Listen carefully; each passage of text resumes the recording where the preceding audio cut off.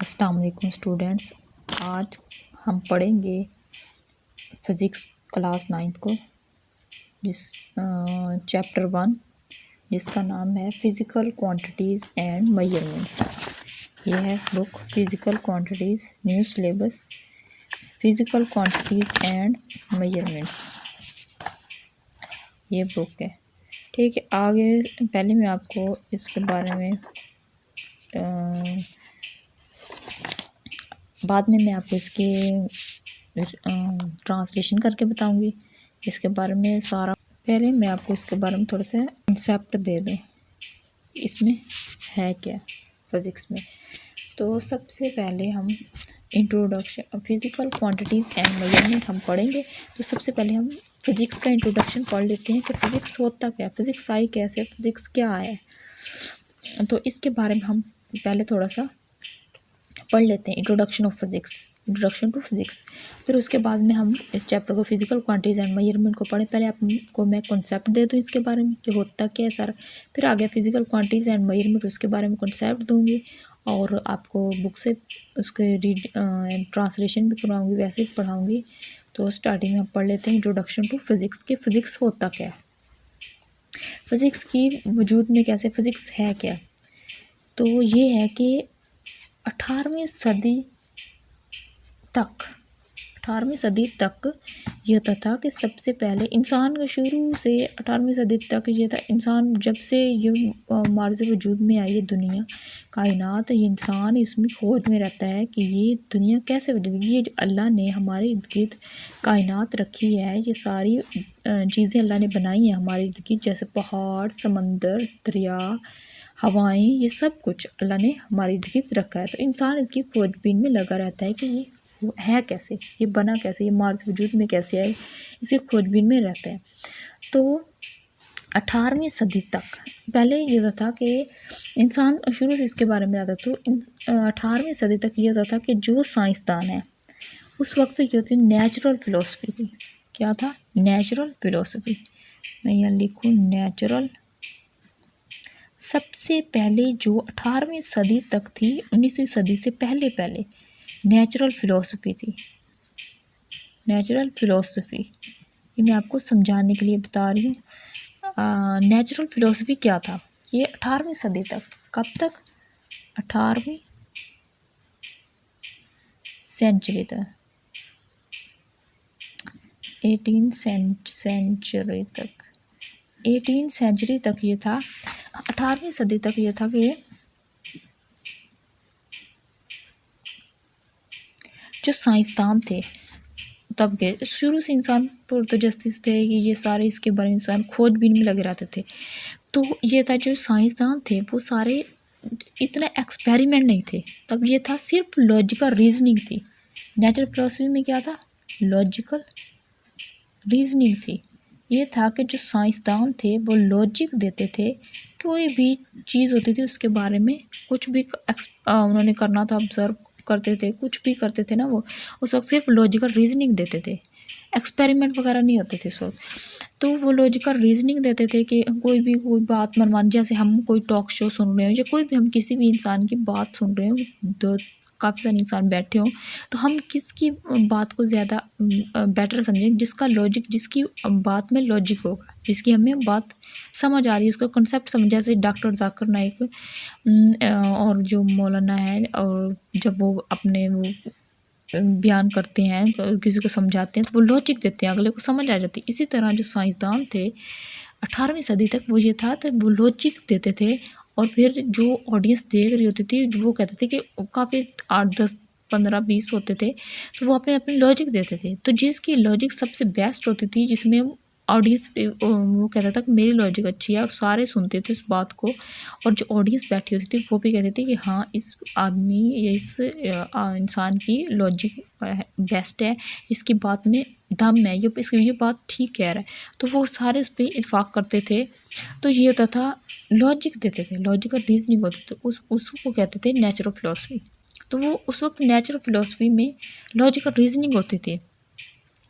कोई उस वक्त ऑपरेटर्स नहीं होते थे, एक्सपेरिमेंट नहीं होते थे, सिर्फ लॉजिकल रीजनिंग होती थी। और फिर जिसकी बात सबसे सही अभी भी होती है, फिलॉसफी यूरोप में, पाकिस्तान में अभी भी होती है, बट अब जो ज़्यादा है वो साइंस पर रिलायबल किया जाता है, साइंस को एक्यूरेट ज़्यादा इस बातों को समझा जाता है।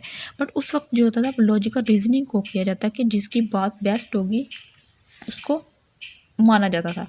बट फिर ये 18वीं सदी के बाद 19वीं सदी में 19वीं सेंचुरी में बर्थ हुई किसकी? साइंस की।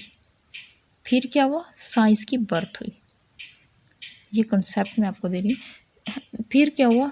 19वीं सदी में आकर साइंस हुई। साइंस क्या थी? फिर वो एडवांस हुई सारों। उन्होंने क्या किया? अपरेटस लिए कुछ, और इस तरह ये हुआ कि पहले लॉजिकल रीजनिंग से उन्होंने ऑब्जर्व किया, एक्सपेरिमेंट करने स्टार्ट किए।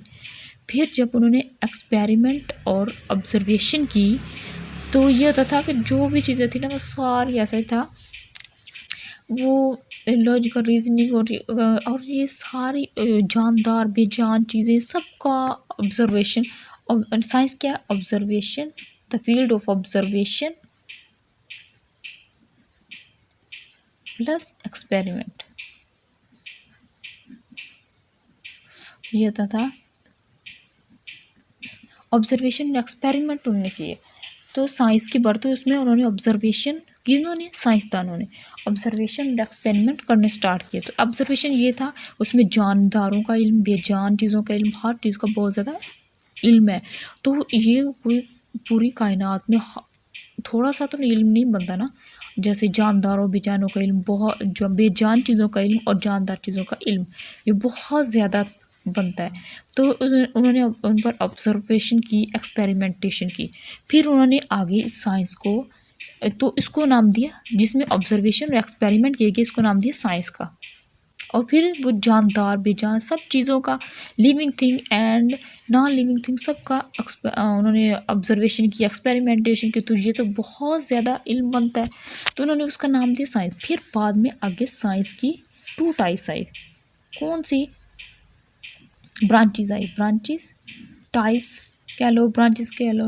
आगे साइंस की आई जिसका नाम है फिजिकल साइंस। एक थी जिसको नाम दिया कि फिजिकल साइंस, और दूसरी है बायोलॉजिकल साइंस। अब ये क्या है बायोलॉजिकल साइंस और फिजिकल साइंस? फिजिकल साइंस ये होता है जिसमें बेजान चीज़ों का, जिसमें नॉन लिविंग थिंग्स का एक्सपेरिमेंट, ऑब्जर्वेशन किए गए। नॉन लिविंग थिंग, उनके ऑब्जर्वेशन, एक्सपेरिमेंट किए गए। और इसमें क्या था? इसमें नॉन लिविंग थिंग, इसमें लिविंग थिंग, लिविंग थिंग, इनके ऑब्जर्वेशन, एक्सपेरिमेंटेशन किए गए सारा। अब नॉन लिविंग थिंग में, और नॉन लिविंग थिंग में जैसे बेजान चीज़ें आ गई, जैसे क्या क्या आ गया? गाड़ियाँ, पंखे, घर, रूम का जैसे मेजरमेंट करनी हो, टेबल, कुर्सी, सब चीज़ें बेजान चीज़ें इसमें आ गई। और लिविंग थिंग इंसान, जानवर, पौधे, और आगे बायोलॉजिकल टाइप्स की, बायोलॉजिकल की डिफरेंट आगे टाइप्स होगी। और अब हमने पढ़ना है, हमारा हमने क्या पढ़ना है? ये बायोलॉजिकल टाइप्स, मतलब इसमें जानदारों का बायोलॉजिकल, जोलॉजी, बॉटनी, सब उसके अलग शाख है। लेकिन हमने पढ़ना है फिजिकल साइंस। फिजिकल साइंस जिसमें बेजान चीज़ें होती हैं, जिसमें जैसे गाड़ियाँ, घर, रूम, इनकी मेजरमेंट लेनी हो, सूरज, चाँद, सितारे, हवा, मेजरमेंट, इस सब की ये है कि इस किस में मेजर किया जाता है? Physical science. इसमें हम इसकी मेजरमेंट करते हैं।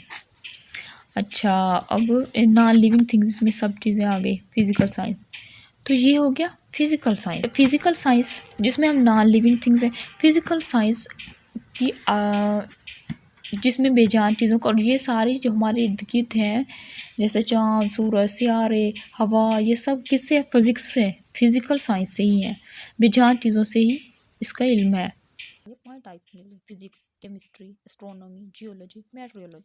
अब ये फिजिक्स जो है ये हमारा टॉपिक है, ये हम पढ़ेंगे।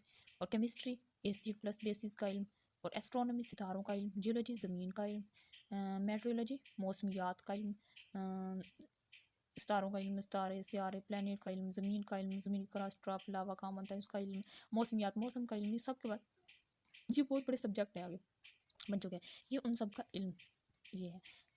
तो ये इन सब का बोल रही, ये हमारे भी इसमें फिजिक्स, लेकिन हमारा जो मेन टॉपिक है, हमारा मेन सब्जेक्ट है वो है फिजिक्स। तो अब हम आगे फिजिक्स को पढ़ते हैं कि फिजिक्स क्या होती है।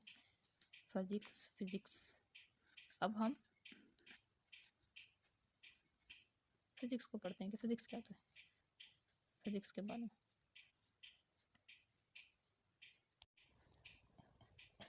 अब ये फिजिक्स क्या होता है, फिजिक्स जो है, ये physics is the study of matter, energy and there interaction और रिलेशनशिप। अब आगे फिजिक्स की डेफिनेशन है कि फिजिक्स होता क्या है। फिजिक्स जो है ये स्टडी है मैटर की, एनर्जी की एंड देयर इंटरेक्शन और रिलेशनशिप। अब सबसे हम पहले पढ़ लेते हैं कि मैटर क्या होता है। मैटर वो होता है कायनात में हर वो चीज़ जो वजन रखती हो एंड मैस रखती है। Everything that have mass and occupies space is called matter. तकरीबन हर चीज़ के पास कायनात की मैस भी है और वो जगह घेरती है इस कायनात में। फॉर एग्जांपल इंसान है, वो भी वज़न रखता है, जगह घेरता है। कोई भी चीज़, इलेक्ट्रॉन, प्रोटॉन, न्यूट्रॉन, कुछ भी चीज़ है जो मास रखती हो और जगह घेरती हो, वो मैटर है। तो जैसे मैं हूँ, कोई भी इंसान है, उसके वो एक मैटर है क्योंकि उसके पास वो ऑक्यूपाई करता है स्पेस, मैस है उसके पास, वो ऑक्यूपाई स्पेस करता है, वो मास रखता है, जगह घेरता है, तो वो मैटर है। तो उसके पास कोई काम करने की सलाहियत होगी तो वो एनर्जी, एनर्जी का मतलब एबिलिटी टू डू वर्क, काम करने की सलाहियत। उसके पास काम करने की सलाहियत होगी तो वो उसके पास एनर्जी है। तो उनका जो आपस में इंट्रैक्शन है वो कहलाता है फिजिक्स। जैसा कि एक इंसान है, वो खड़ा है तो उसके पास मैस भी है और वो जगह भी घेर है, और जब सूरज की रोशनी उस पर पड़ रही है तो वो क्या है, एनर्जी उस पर आ रही है, और उन दोनों क्या है, इंट्रैक्शन रिलेशनशिप जो है वो फिजिक्स कहलाता है। तो हम मैटर में या अलग मैटर पढ़ लो और एनर्जी कर लो और उनका रिलेशन कर लो तो वो फिजिक्स है। तो physics is the study of matter, energy and their interaction or relationship. अब हम पढ़ते हैं फिजिक्स के एडवांटेज क्या हैं, फिजिक्स के फ़ायदे क्या हैं। अब जैसे कि फिजिक्स के बहुत से फ़ायदे, हम कोई भी जैसे कि पुल्ली, हम किसी भी चीज़ को, ये फिजिक्स की वजह से ही सारा कुछ है, क्योंकि जैसे ट्रांसफार्मर बहुत भारी होता है, इसको उठाने में एक इंसान या दो इंसान काफ़ी ऊपर तक नहीं लेके जा सकते खंबे के, तो वो बहुत से पुल्ली के ज़रिए हम लेके जा सकते हैं। तो फिजिक्स का एक पुल्ली है। फिजिक्स के बहुत सारे फ़ायदे हैं। फिजिक्स ने हमारी लाइफ बहुत आसान कर दी है। फॉर एग्जाम्पल फर्स्ट नंबर पर जैसा कि पुल्ली, पुल्ली से है ये कुछ भी मैस वगैरह ऊपर लेके, भारी भरकम लेके जाना हो तो हम लेके जा सकते हैं। और अगर जैसे कि कुएं से पानी निकालना हो तो वो भी एक पुल्ली के ज़रिए से ऐसे वो डालते हैं तो वो काफ़ी गहरा पानी होता है, उससे निकाल सकते हैं। तो ये फिज़िक्स के लिए हमारी लाइफ बहुत ही आसान करती है। और क्या, इसके इसके बहुत सारे फ़ायदे हैं, जैसे गाड़ी, कार, ट्रांसपोर्टेशन जो है, ट्रांसपोर्टेशन, गाड़ियाँ। तो जैसे पुराने ज़माने में ऐसा होता था, कहीं भी जाना तो इतनी दूर दूर से खच्चरों पे, इतने फासले, बहुत कितने साल लगते थे, घंटे लगते थे, कितना टाइम लगता था, महीने लगते थे, फिर जाकर वो कहीं जाकर सफ़र करते। लेकिन अब ट्रांसपोर्टेशन के ज़रिए अब हम इतनी लाइफ आसान होगी, बसों से, कारों से, जहाँ मर्ज़ी जाकर घंटों, जो मीलों का सफ़र था, इतना ज़्यादा टाइम लगता था पैदल चलने में, गाड़ियों में तो उसमें घोड़ों पे इस तरह जाना कितनी मुश्किल होती थी। बट जब फिज़िक्स आई, उसने वो साइकिल आई, फिर बाद में उसमें तरक्की होती गई, एडवांटेज, मतलब कि एडवांटेज मिले हमें, और तो वो एडवांसमेंट होती गई। तो अब देखो बाइक आ गई, अब उसके बाद कार आ गई। तो ये कार में जो सब कुछ है ये फिज़िक्स की बदौलत ही तो हो रहा है। तो फिज़िक्स के बहुत सारे फ़ायदे हैं। अब ये सारा जैसे रेफ्रिजरेटर है, पानी ठंडा हो रहा है, सारा ये सब फिज़िक्स की बदौलत ही तो हो रहा है। फ़ैन चल रहे हैं, एसी आ गई, ये सब कुछ फिज़िक्स की ही बदौलत है। फिज़िक्स ने हमारी लाइफ बहुत ही आसान कर दी है, लेकिन इसके ड्रॉबैक्स भी हैं, इसके नुकसानात भी हैं, फिज़िक्स के फ़ायदे भी बहुत हैं। और जैसे ये गाड़ियाँ वगैरह, पुली वगैरह, ट्रांसपोर्टेशन है हमारे पास आ गई, घरों के और डेली अप्लाइंस में, घर डोमेस्टिक जो अप्लाइंसिस है, ट्रांसपोर्टेशन गाड़ियाँ। तीसरा डोमेस्टिक अप्लाइंसिस, डोमेस्टिक अप्लाइंसिस। जो ये घरेलू अशिया हैं जैसे रेफ्रिजरेटर, पंखा, मोटर, ये सब कुछ ये फिजिक्स की बदौलत ही तो हो रहा है, सब कुछ आ रहा है हमारे। तो जो पंखे हैं घर में, और भी जैसे इस्त्री है, हीट लाइट, हर चीज़ ये हमें किसने दी है? फिज़िक्स की बदौलत ही हमें हासिल हुई। सब कुछ ये जो लाइफ में हो रहा है, लाइट है, ये भी फिज़िक्स की बदौलत ही है हो रहा है सब कुछ। मोटर, ये सब घर के अप्लायंस, ट्रांसपोर्टेशन, गाड़ियाँ, बसें, ट्रक, ड्राइवर तो नहीं कह सकते, बस, ट्रक, बाइक, ये सब कुछ किसकी बदौलत हो रहा है? फिज़िक्स की बदौलत हो रहा है। और क्या क्या है, सब तकरीबन हर चीज़ ये जब मेजरमेंट हो रही है, ये सब कुछ आ रहा है, ये सब कुछ फिज़िक्स की बदौलत ही हो रहा है। बट इसके ड्रॉबैक्स भी हैं, इसके नुकसानात भी हैं। अब इसके नुकसानात देख लेते हैं वो क्या है।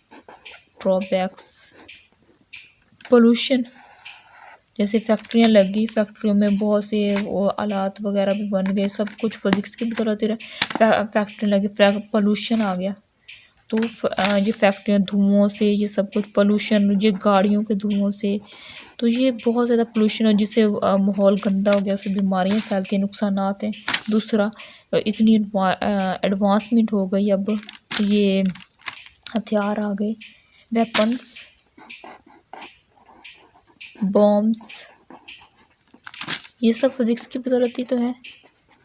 बॉम्ब्स, तो ये सब उससे क्या होता है, इतने नुकसान, कितने लोगों की जानें जा रही हैं वेपन से, लोग मर रहे हैं। जैसे World War I हुई, World War II, तो कितने इंसानों की जानें गई, कितने इंसान फौत हो रहे हैं बॉम्ब से, कितने मुल्क तबाह हो जाते हैं, कितना नुकसान होते हैं इससे, बॉम्ब से, वेपन से। और दूसरे ये जो आरे वगैरह हथियार और दूसरी चीज़ें, दरख्त कट रहे हैं, ये सब, ये इससे नुकसानात भी हैं, लेकिन इसके फ़ायदे भी बहुत हैं फिज़िक्स के।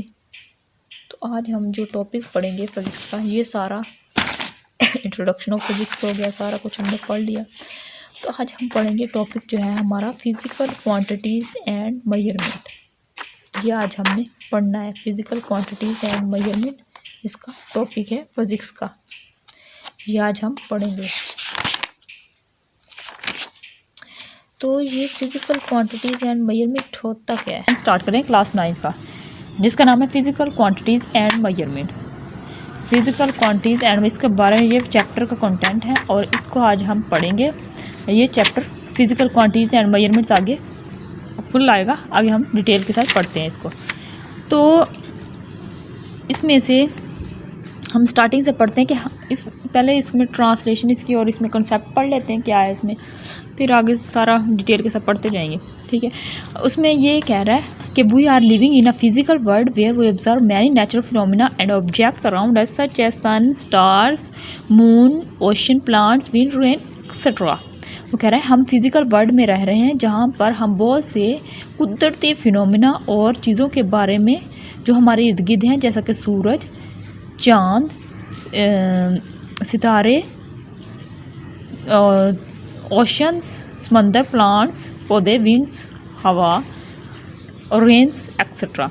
बस इसका मतलब है कि हम जो रह रहे हैं ये फिज़िकल वर्ल्ड में रह रहे हैं, हमारे इर्द गिर्द फिज़िकल वर्ल्ड है, नॉन लिविंग थिंग्स हैं जिसे हम देख सकते हैं।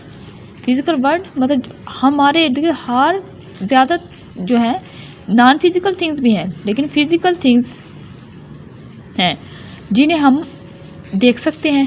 फिज़िकल थिंग जिन्हें हम देख सकते हैं, छू सकते हैं, हम उनकी पैमाइश कर सकते हैं, वो हैं जैसा कि सूरज की रोशनी, सूरज को हम देख सकते हैं, उसकी रोशनी को हम पैमाइश कर सकते हैं, मेजरमेंट कर सकते हैं। Star, moon, ocean, plants, wind, rain, इन सब चीज़ों को हम देख सकते हैं और इनकी हम पैमाइश ले सकते हैं। ये सारे हमारे इर्द गिर्द कुदरती फिनोमिना अल्लाह ताला ने हमारे इर्द गिर्द बहुत पूरी दुनिया कायनात बनाई हुई है। तो इन कुछ और फिज़िकल थिंग्स जिनको हम छू सकते हैं, देख सकते हैं, फिज़िकल वर्ल्ड में हम दुनिया में रह रहे हैं। Physical people have always been curious to know the reality of such happening. लोग जो हैं हमेशा पुरतजस्सुस रहे हैं ऐसी चीज़ों के बारे में। कौन सी? जब से दुनिया बनी है तब से लोग पुरतजस्सुस रहे हैं इसके बारे में कि ये जो हमारे इर्द गिर्द अल्लाह ताला ने कायनात बनाई, इन चीज़ों के बारे में ये कैसी है और इसकी तजस्सुस में रहे हैं। उन्होंने सबसे पहले इन चीज़ों के बारे में लॉजिकल रीजनिंग स्टार्ट की कि इन्होंने साइंसदान this has led certain people investigate the facts and laws working in this world people हाल।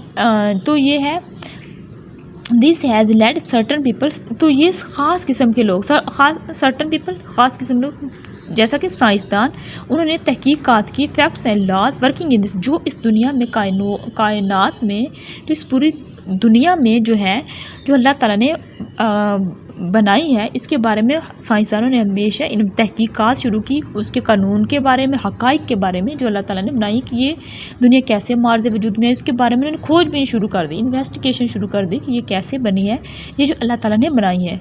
तो इंसानों ने इसके बारे में, इंसान शुरू से पुरतजस्सुस रहे लोग और ख़ास किस्म के लोग, उन्होंने इसके बारे में इन्वेस्टिगेशन शुरू कर दी। वो कौन से ख़ास किस्म, जैसा कि साइंसदान। तो मयर ये है इसके बारे में, this field of observation experimentation to understand about the world around us is known as science. तो ये जो ऑब्जर्वेशन और एक्सपेरिमेंट, पहले क्या था, लॉजिकल रीजनिंग आई फिलॉसफी में, फिर उसके बाद आगे लॉजिकल रीजनिंग के बाद उन्होंने पहले सिर्फ लॉजिक ही होते थे, कोई एक्सपेरिमेंट वगैरह नहीं होते थे, ना ऑपरेटर्स था ना कुछ, उन्होंने सिर्फ लॉजिकल रीजनिंग देते थे, बस लॉजिक देते थे। फिर उसके बाद जैसे मैंने आपको पहले बताया सारा, फिर उसके बाद ऑब्जर्वेशन उन्होंने स्टार्ट की, फिर उसके बाद ऑब्जर्वेशन के बाद एक्सपेरिमेंटेशन स्टार्ट की। फिर उनके पहले ऐसा था मतलब कि एग्जैक्ट किसी भी चीज़ की मेजरमेंट नहीं होती थी या कुछ भी नहीं होता था, एग्जैक्ट नहीं होता था, बस अंदाजे लगाते थे कि ये इतना है, ये किसी भी चीज़ की पैमाइश करनी होती थी तो लेंथ ही करनी है तो वो हाथों से, धागों से इस तरह, और अगर किसी मैस की मेजरमेंट करनी होती तो वो बर्तन में ऐसे पानी कोई चीज़ डाल के कहते थे ये इतने किलो का, इतने का, बस अंदाजे थे, एक्यूरेट मेजरमेंट नहीं होती थी। वो सही भी हो सकती थी, गलत भी हो सकती, एक्यूरेट नहीं थी। फिर बाद में साइंसदानों ने उसके बाद तहकीकात शुरू की, उन्होंने ऑब्जर्वेशन की, फिर एक्सपेरिमेंटेशन की, तो उसके बाद उन्होंने, अब देखो हर चीज़ एक्यूरेट मेजरमेंट मिल जाती है, जैसे कि टाइम हमें एक्यूरेट मिल रहा होता है। अब हमने मेजरमेंट लेनी होती है 1 मीटर, उसके लिए हम मीटर रूल चूज़ करते हैं, एक्यूरेट मेजरमेंट होती है, कम से कम उसके 1 मिलीमीटर जो उसकी हम कम से कम ले सकते हैं मेजरमेंट, या कि हम सारा पढ़ेंगे। तो ये है, पहले एग्जैक्ट मेजरमेंट नहीं होती थी, अब एग्जैक्ट मेजरमेंट वाली चीज़ें आ गई हैं, टाइम की, टेम्परेचर की, तो पहले ऐसे नहीं था। फिर लोगों ने जैसे जैसे एडवांसमेंट होती गई तो जदीद दौर आता गया, साइंसदानों ने एक्सपेरिमेंट स्टार्ट, अब ऑब्जर्वेशन एक्सपेरिमेंट उन्होंने किए, तो अब क्या साइंस, तो अब जदीद से जदीद अब हर चीज़ एक्यूरेट मेजरमेंट हमें मिल जाती है। जैसे हम दुकान पर जाते हैं तो हमें एक्यूरेट, हमें उसका 2 किलो दे दो, 3 किलो, तो वो एक्यूरेट मेजरमेंट देते हैं। तो पहले ज़माने में ऐसा नहीं था। तो वो कहता है the field of observation and experimentation to understand about the world around us is known as science. तो ये जो ऑब्जर्वेशन और एक्सपेरिमेंटेशन है, जो हमारे दुनिया के बारे में, तो ये साइंस कहलाती है। Everything in our life is closely linked to science and discoveries made by scientist. तो हर चीज़ जो हमारे इर्द गिर्द है, हमारी ज़िंदगी में, वो साइंस से रिलेट है। हमारी हर चीज़ तकरीबन साइंस से ही रिलेट है। एंड डिस्कवरी मेड, जो कि साइंसदानों ने बनाई है, ये सारा कुछ साइंस से ही रिलेटेड है।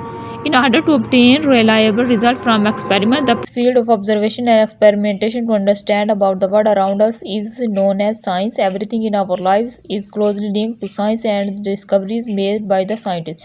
तो यहाँ पर ये साइंस की डेफिनेशन बनती है, द फील्ड से लेकर ये मेड बाय साइंटिस्ट तक। साइंस की डेफिनेशन आए तो ये हम लिख सकते हैं यहाँ से लेकर यहाँ तक। In order to obtain reliable result from experiment, the primary thing is to make accurate measurement. तो ये कह रहा है इसमें कि रिलायबल रिजल्ट, एक बिल्कुल एक्सपेरिमेंट से एक बिल्कुल ठीक रिजल्ट आता है। The primary thing is to make accurate measurement. तो सबसे जो अहम बुनियादी जो चीज़ है वो ये है कि सही मेजरमेंट हो। इसका मतलब ये है, वो कह रहा है कि जैसे पहले ज़माने में ये होता था कि वो एक्यूरेट मेजरमेंट नहीं होती थी, वो जैसे हाथ से मेजरमेंट लेते थे, कोई धागे से मेजरमेंट करता था, हर किसी ने अपने एक बनाए होते थे अपने तरीके से। तो कोई बाजू से इस तरह मई कहते थे ये 1 फीट है, 2 फीट है, या कोई टाइम होता था तो वो सूरज की रोशनी देख के कहते थे ये टाइम हो गया। तो वो एक्यूरेट मेजरमेंट नहीं होती थी।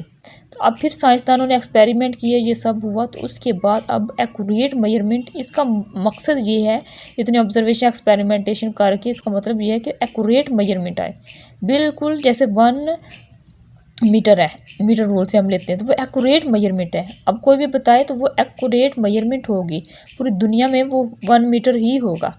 ये नहीं कि वो चेंज हो जाएगा और कोई और अपने से बना। अगर वो कोई आके कह दे कि ये 1 मीटर है, ऐसे ही हमें कह दे, तो हम उसको नहीं मान सकते जब तक हम उसको काउंट नहीं 1 मीटर रूल से देखेंगे नहीं, या हमें सही एग्जैक्ट नहीं पता, हम उसको नहीं कह सकते कि वो एक्यूरेट है। तो इसका इनका एक्सपेरिमेंट ऑब्जर्वेशन ये सब करके इसका बुनियादी मकसद यही था कि एक्यूरेट मेजरमेंट हो। Physical quantities and their measurement have always been the matter of interest for the scientist. तो जो फिजिकल क्वांटिटीज़ और इसके मेजरमेंट हमेशा से साइंसदानों के लिए इंटरेस्ट रही है, उनका एक दिलचस्पी रही है उनके लिए, साइंसदानों के लिए। साइंसदान हमेशा से इसके लिए इसमें मेहनत करते आ रहे हैं। एडवांस से एडवांसमेंट होती जा रही है। जैसे पहले ऐसे लॉजिक देते थे, बाद में उन्होंने ऑब्जर्वेशन की, फिर एक्सपेरिमेंट किया, अब एक्यूरेट मेजरमेंट हो। और ये शुरू से ही साइंसदानों के लिए इसमें इंटरेस्ट बढ़ता गया और अब एक्यूरेट से एक्यूरेट चीज़ें होती गई। जैसे पहले मीटर रूल, फिर मेजरिंग टेप, इस तरह एडवांसमेंट आती गई। They have been investigating to improve the method and instrument for accurate measurement of the physical quantity. वही कह रहा है कि वो इन्वेस्टिगेट करते गए और इम्प्रूव करते गए। पहले जैसे मीटर रूल आया, फिर उसके उन्होंने इम्प्रूवमेंट की, मेजरिंग टेप आई, फिर स्क्रू गेज, वर्नियर कैलिपर आया, फिर स्क्रू गेज आया। इस तरह एडवांसमेंट होती गई होती गई होती गई। वो यही कह रहा है कि उन्होंने इम्प्रूवमेंट ही की है साइंसदानों ने। तो इसमें यही कह रहा है इस टॉपिक में।